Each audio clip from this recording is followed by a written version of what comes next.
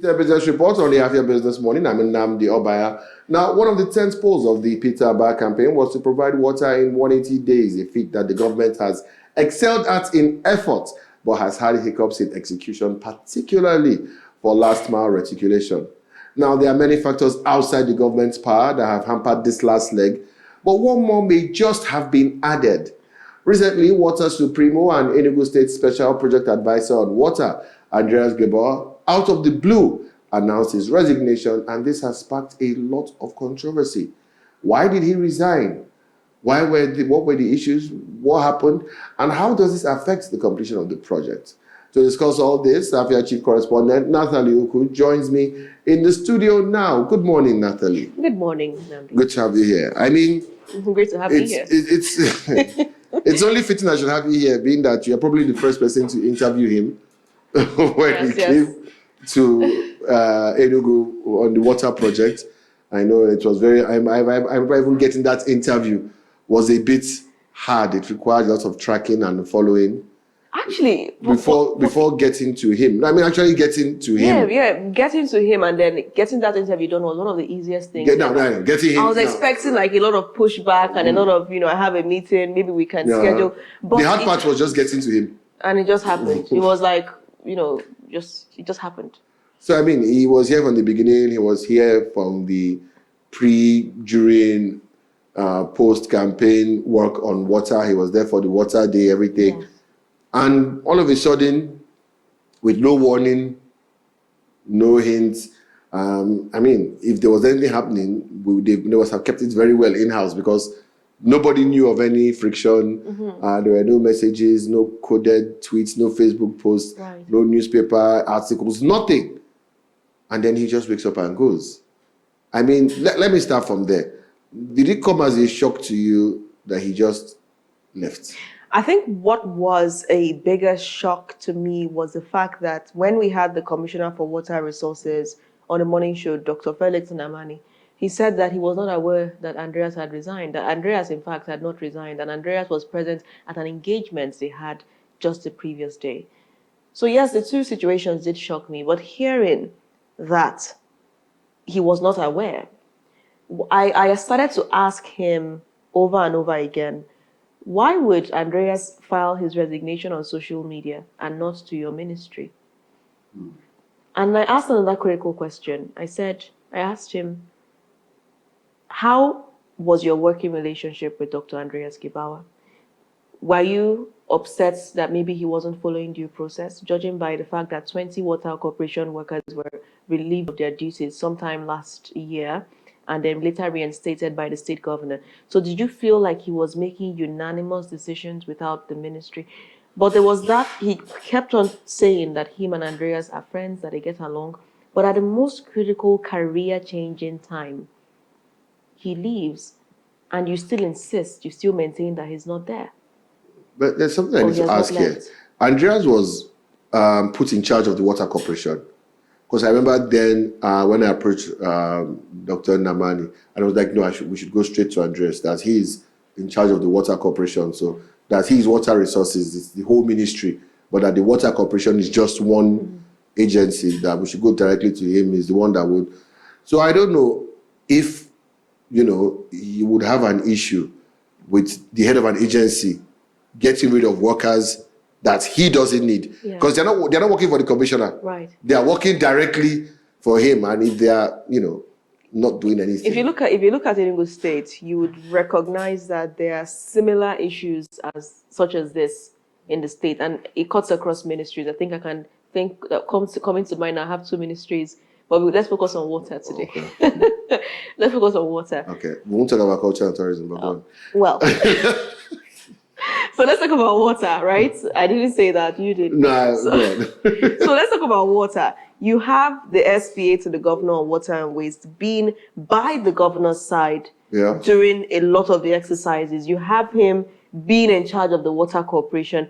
And Andreas was someone who would tell you, I saw someone throwing waste out of the window, because I was also in charge of waste. And I actually came down from my car and picked it up. You saw him during the commissioning of the 24/7 9th mile water scheme right beside the governor, And you could just tell that the governor was looking at him with that admiration, like, you really did this. As a matter of fact, when it was time for the documentary, no questions asked. It was obvious that we had to start the interview with Andreas Gebauer. So he was at the forefront. And he's someone that when we had on the show, I remember one of the captivating things I think we used as a headline was when I asked him, how did you feel when you started working at the Water Corporation? And he said, I just wanted to smack them. That was how down to earth he was, right? So he wasn't feeling like he was the SPA to the governor on water and waste. He was feeling like he came to serve. Some will call it the Oyibo mentality if we're going to face reality. So you asked me if it came as a shock. That shocked me. But what shocked me more was now realizing that there was a seeming controversy around it, that the ministry continues to deny his resignation despite his exit. And I've confirmed that exit from him. Yeah, but the question is this. He was the special project advisor to the Enugu State governor, right, which means that his resignation would go directly to the governor, yes, with maybe the SSG in copy. Of course, there will be a courtesy to the Commissioner for Water Resources, but his resignation he's reporting directly to the governor as a special project advisor. Right. It's like a special advisor, but for a certain project. So maybe that's why at that point in time, the commissioner, You may be very correct, but then this is an office and we understand what process means in an office space. You know the process, you are a respected manager, you know how these things work. You understand that process drives an organization because human beings, one of the most difficult resources to manage, are driven to productivity through process. Yeah. Right? And all hell breaks loose when that fails. So if Dr. Felix Nnamani does not understand the assessment you just gave, he would wonder why the letter did not come to his ministry as well, which is why I also asked, did you feel sidelined in a lot of these decisions? Because if you have someone coming in and through the agency managing a lot of the work that your ministry ordinarily under the previous administration of Right Honorable Ifeanyi Ugwuanyi you would have been in charge of, it will make you start to feel a little bit, deep down, you start feeling. So I kind of tried to get the real feeling, but it wasn't coming through. But the body language was one of, no, you need something, say, I don't know. I'm not aware. I'm not aware.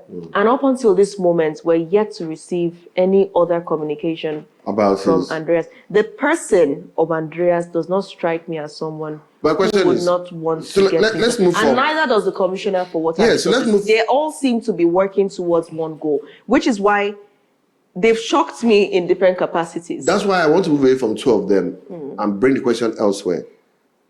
Let's leave Andreas Gebauer, let's leave Dr. Nnamani.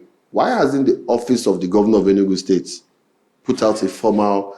Normally, you would think that if Andreas left, normally there will be this appreciation letter that will be released to the public, thanking him for everything he did. We've not seen that either. Right. And it doesn't seem like, and, I'm quoting, you said, he said it was one of the most difficult decisions he had to make. Meaning that the decision was, meaning that the leaving was the hard thing. He wasn't told to leave. Right. He made his mind up to leave, and it was probably against what was wanted, but he had to be strong and leave.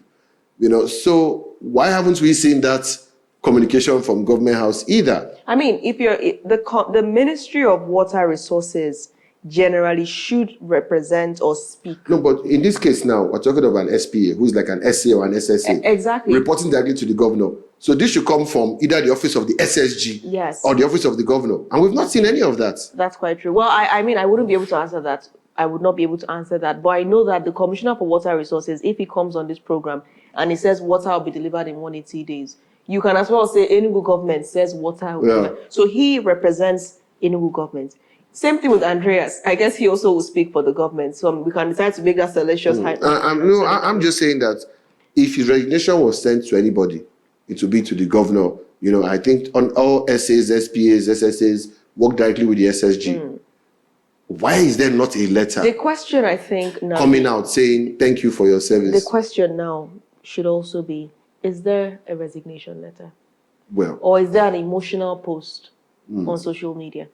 Is there actually a resignation letter? that's an angle that is also very. I mean, it adds to the confusion. Because even though there is a post, it's not like it's a PDF of the document, and that should be backing up. So is there a document to that effect? But let's look at the post too. Yeah, and I'm going to ask you about the post because it's very cryptic. There is where he's talking about, he's very happy with the team players. Obviously, everywhere you go, no matter how horrid the place is, there will always be one or two people that will be standouts, good people. No matter how, even if you hate your job, there will be somebody in the office that makes you want to come to work every day because you get something done. Right. And he found those people, He also, said for those who always complained that I'm impatient. Being impatient, that, he needed things done and he was just being firm. And he hopes that they understand that, they were in a race against time. I think that's the polite way of saying a lot of people were falling behind pace and were entitled civil servants. Dead weights. dead weights is the word. So looking at the message, it's neither here nor there. It's a very polite, it can be two things. I've had enough of this, but to the few of you who had my back, nice one there. Or I've had enough of this is like the dead weights are being given priority over those who really want to do the work, and it's slowing down our work. It's even possible that there are things that people are saying, water hasn't reached my area yet. That's apart from vandalism and the new problems the government met and last mile articulation, there could be things from the ministry, right, internal people, and maybe Andreas is saying these guys are not doing something. I like. Why I love coming on this program, because this is where we have real talk. This is where we put everything on this table and digest it. I mean, if it's not breakdown, it's Enugu Kwenu, previous years Nigeria Kwenu, and then there's this show, the Business Morning. Somebody relieved 20 workers of their duties. Leave, let me try and say it in a way he probably would say it, get out. I don't want to see you. You guys are not doing well. That's just in my head. That's how I picture it. I tend to that's how I would. No, that's how I would do it. But I can relate. I can just. That's how I would do it, so I can relate. Exactly. So leave, move on, go, and then next minute those people are brought back. What you have is a militia of people who recognize that you don't want them, and they are there. And these are workers within the corporation. Now remember, his office is domiciled within the water corporation as well. So you're working with people that know that you threw them away. And remember, sorry, when I say threw away, it just sounds a bit that you let them go. It's right? Okay, that's what I do, so I can relate. Sorry, I remember Andreas throwing papers into a basket during the interview. He said, "This is how you throw papers away." He said, demonstrating, you tear it up. You don't throw it on the floor. You throw it in the bin. So he demonstrated what people do, picked up everything and threw it into the bin. So anyway, he would hate me because I roll my paper up and try to make a 3-point shot. Basketball. That's how I So if I try to look at the internal dilemma of this, I would say this is someone that was working with people who he had thrown out. I need to stop throwing things. Who had let go. Who had relieved of duty. Who had been relieved of their duties before, and then they were brought back, and they left him to work with them. So you can imagine that would be kind of an awkward situation. I imagine I would be very awkward in that setting. I mean, I can relate 100% with that. Having to work with people who know that you don't want them. You are the one who signed their termination. Not only do they know that you don't want them, they know they have nothing to offer you. That's the second leg of it. They know why he sent them away, because he needed some things done and they don't have the capacity. And one of the reasons they were brought back was because the process was not followed. You don't just in the government, in the Nigerian government, there's always, one of the hardest things to do, which is a problem with Nigeria, is to sack a civil servant. It's almost impossible. But that is the problem. Because that's what, it's worse at the federal level, because it still has to get to the Federal Character Commission to ensure that a tribe is not being. So much dead weight. I want to bring my next question out of it. So you've mentioned something. He has a militia, a rebellion. He has a rebel group within the office. Think of a chessboard. So that's daily. So there, people. That's daily sabotage, daily passive-aggressive behavior, daily insubordination, because what they are telling themselves now is, he doesn't want us, but he can't get rid of us. So we can do what we want. From the top, we have been brought back. Right. And like I always say, in an organization, when you have like high and middle management and people under that believe that they can get to the top, right. You destroy your whole process and you will not get anything done.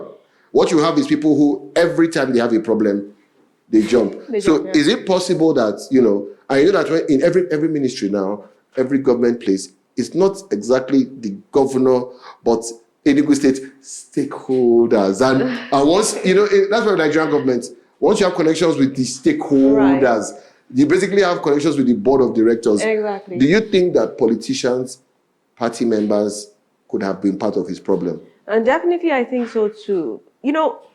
Andreas was working very hard and so was the commissioner, right? But sometimes it's about who is being... Namdi, you're making me say things I should not be saying. These are things I think in my head and I just try to ask questions to you are find in a out safe if space. they think that Nobody else can hear except me. And a million of other people. And a million of other people. So, it's sometimes about who is being given that recognition, that priority more. You saw Andreas in all of those videos, flipping his hair, walking around. He was like the star. I remember the water day. He even changed while the event was about to start. Exactly. Like he came in his rugged clothes. He had been there walking overnight and changed there. I remember very well. Yeah, so this is someone that, and when you call him or invite him for an interview, you will be able to tell that he has grassroots knowledge of that assignment. Like even when he's discussing waste in Enugu, he will explain to you what the plan is. I think what we should be questioning as well, okay, you see, that was what he was wearing before he changed into his suit for the official flag of the Nightmare Water Scheme. So I see a lot of conflict of purpose here. You have the ministry, you have the agency. The agency obviously took a lot of prominence in solving the age-old water crisis. It was a special, when you have a special project, you need a special unit. And you also have to recognize that he worked closely with the Commissioner for Water Resources as well, because they were all in it, they all had their role to play, they all did what they could do. But one man is being recognized as the person that brought it. The Water Supremo. The Water Supremo, okay? And the other person is recognized, but there's there's some kind of like a little gap. Then you talked about parties and politicians. So you have the stakeholders. The stakes of the hold. So you have some of them that will be divided between the two. Who is loyal to Wike, who's loyal to Fubara, who is loyal to Felix, who is loyal to Andreas. That's how it works. And then you now have the militia at the office that will make life a living hell. Okay, you signed this document. You come back next week. I'm just giving an example of how they can decide minimum wage behavior. I know that very well. So what we should also be interrogating, two things. Number one, if this is really the reason, let me just put that caveat there. If those 20 workers coming back also contributed to this challenge that he was having every day at work, should we start to review the civil service agreements, civil service worker engagement agreement? Should that be reviewed? Secondly, let's talk about this one first, and then we'll look at the other one. Just so that we don't muddle things up, do you think that the civil service agreements should be reviewed to make sure that people don't get too comfortable in their space? But it's Nigeria. I mean, at federal level, it's horrible. Both my parents were in federal government, so I know. And my mom was in administration. So there's a Federal Character Commission that makes sure that all tribes are represented in an office. So if a particular tribe decides to go nuts in your ministry, you can't get rid of all of them because then you will be seen to be targeting a tribe. Exactly. And funny enough, I've seen two different instances where that's happened, and there was a backlash for trying to sanction. Right. So at state level, it will be very. There will also be the tribal stakeholders.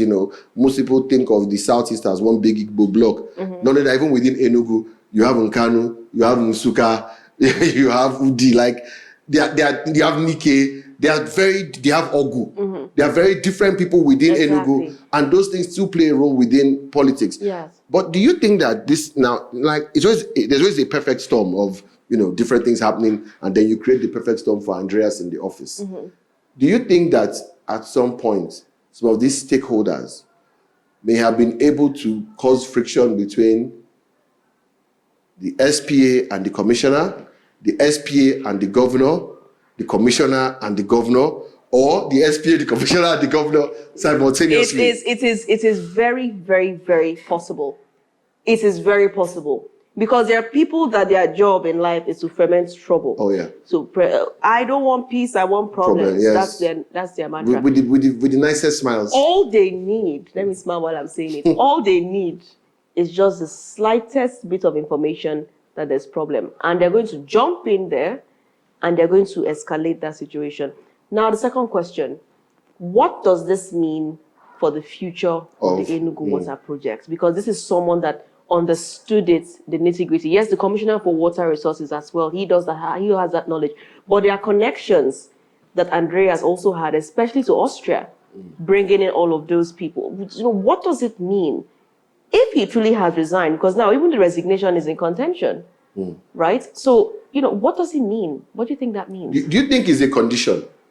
Like maybe he's like, this resignation might be like a mini threat, like, if you want me to come back, these 20 have to go. Like, but not necessarily the 20, but maybe there are, will I say, there are things he wanted that he didn't get. And maybe the governor had pleaded with him, like, just give time. But he had to stand on principle, right, which is maybe what made it a difficult decision for him. Like, you know what, I need to stand on principle. I'm not doing this again. Because I'm still trying to put together, you know, what it is that could have been. So, I mean, these guys went into the bush, they dug ground, they excavated pipes, they faced tanker drivers who were not happy, business was being slowed down, and they faced a suspicious public, they faced people whose houses were on top of pipelines, you know, roads that were blocking. So my question is, in all of this, what is it that these people who went through all this, what is it that they could have seen, or he could have seen in his case, that made him say, you know what, maybe I need to step out of Nigeria for a bit? Well, he has been stepping out. I mean, I understand that he has been traveling a lot of times. Even when we had second anniversary, and he had to do his own anniversary message from Austria. Do you think the resignation started at that time already? Maybe that was the pushback was getting a lot, because you have to be comfortable where you work. I mean, this is all. I agree 100%. Yes, this is all the confusion, you know, going on in the water sector. But like you rightly said, there is no official statement yet telling us, one, if Andreas Gebauer has resigned, what the state government's stand is on the matter, reasons why he resigned, what this means for the water project. What, you know, there's still a lot of the lack of clarity here. Yeah. You know, but I strongly feel that incident that happened, where, because he sacked those 20 water corporation workers for being unable to meet their targets. They were given targets and they were unable to meet it, and then they were relieved. Which I think, if the governor gives me a 180-day target, everybody's going to have their 10, 20-day target within the office. And everybody who doesn't meet their target sabotages the 180-day target. So I don't understand what will be wrong in relieving people who are not willing to work at that pace. Based on this assessment, do you think that the Ministry of Water Resources and the Water Corporation, do you think they're the two actors here? I should be asking you. I don't think so. So let me tell you. I don't think so, because of the body language. My own verdict on this is based on the body language. There was never going to be any situation where the commissioner was going to be happy that there's an SPA who is almost doubling us. But you must also understand that it's not just water resources. You have SSA, traditional media, you have a DG, ESBS, but you have the Commissioner for Information. Right. You have SA lands, you have commissioner lands, and they are each very prominent. You will see that an SA might be very involved in community discussions on land disputes in NGs, but it's a commissioner for land. So sometimes the SAs for some particular fields, because of how crucial those places are, apart from a commissioner, the governor also needs an SA who acts as, will I say, the best term I can think of is a hatchet man. Right. That is specific things within that project that need to be done. That person go get it. Let the commissioner, be doing the process, the structure, the institution that can withstand the test of time. But if you need to, kill a dog on this land, you need to get this guy in. That's just my opinion. So there was always going to be that thing. But it never seemed to fester, except, of course, he's been holding back something for a long time, which I think it probably is. But so that we don't create even more confusion. And we're not done. I mean, there are controversies brewing, online as well, which would probably reconvene and ask the questions to the right sources. Right source. It's so we know it's the audit and people talking about money. Right. But till we have, the facts. We need to confirm the authenticity of the accusations, the letter itself, the letterhead. Because the hoochie cookie, there's this hoochie cookie font I used to have. I need to be sure of the letterhead, if that is correct. Whether the commissioner received the letter and, with the authenticity, that's just the focus. And then we'll now probably get Andreas to also weigh in so that we have a holistic picture of what's going on in that. So that means we have a second round of this. Yes, coming up soon. You, me, and maybe the commissioner. Separately. And get info from, in this case, not the horse's mouth, but on Enugu Kwenu at 4 p.m. on Afia DSTV 254, Go TV 17, and Free TV 748. That's all we can take on the Easter Business Report. Stay tuned. It's channel 17 there on Go TV, 254 DSTV, and of course 748 Free TV. I'll see you tomorrow for another edition of Business Morning, when of course the day reopens for trading. I'm Nathalie Ukwu saying have a very, very profitable day.